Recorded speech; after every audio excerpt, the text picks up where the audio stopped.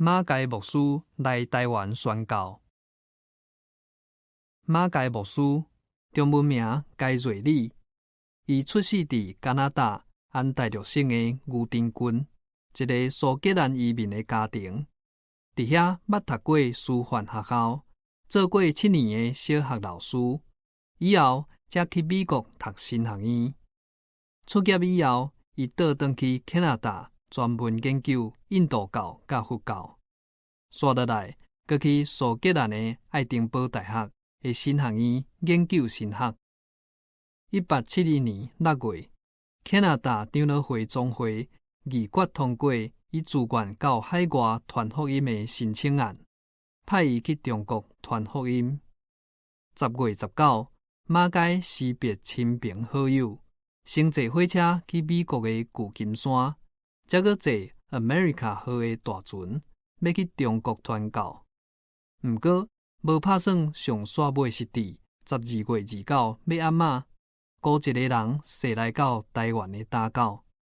过当年的正月11，李修牧师就开始教伊学习汉字甲台湾话。过当年3月初9，才陪伊坐船来到河尾。船一个靠岸，该牧师就若亲像有听到一个声音讲，就是这，就决定要伫这开始伊北台湾传教的使命，一直到1901年伊过往为止。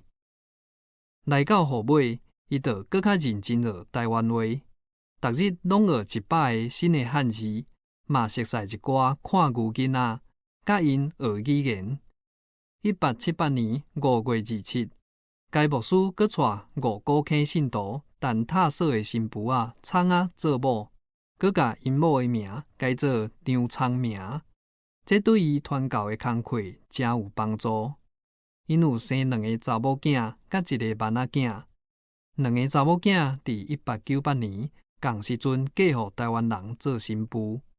囡囝该瑞廉嘛伫1910年底摕到加拿大教育学位了后，倒转来台湾，创办淡江中学，做头一任的校长。伊嘛互人称呼做小马偕。作者陈宪国。